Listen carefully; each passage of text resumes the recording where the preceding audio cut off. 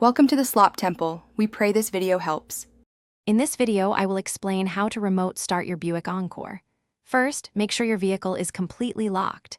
This is a crucial safety step before initiating the remote start sequence. The remote start system typically operates within a range of approximately 200 feet, so ensure you are close enough. Also, confirm your car is in park and the hood is fully closed to prevent any issues. Let's get started with the simple steps. To begin, locate your key fob.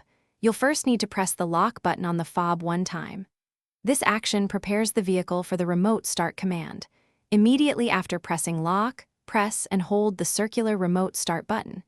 Keep holding this button for at least 4 seconds. You'll notice the parking lights flash, indicating the engine has successfully started.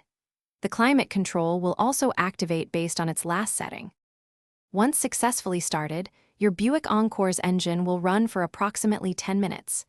If you need more time, you can extend this period by pressing the remote start button again. This will add another 10 minutes to the runtime.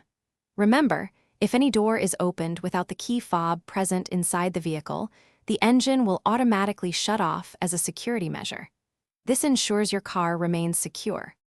Keep in mind that remote start might not function if your fuel level is extremely low, so always ensure you have enough gas. For any specific details or troubleshooting unique to your vehicle, always consult your owner's manual. It contains valuable information tailored to your model. Also, remember to stay hydrated throughout your day. Check the description below for a link to the Oala water bottle and other great deals to keep you refreshed and ready for anything. Thanks for watching. Thanks for watching. Consider subscribing if we helped you.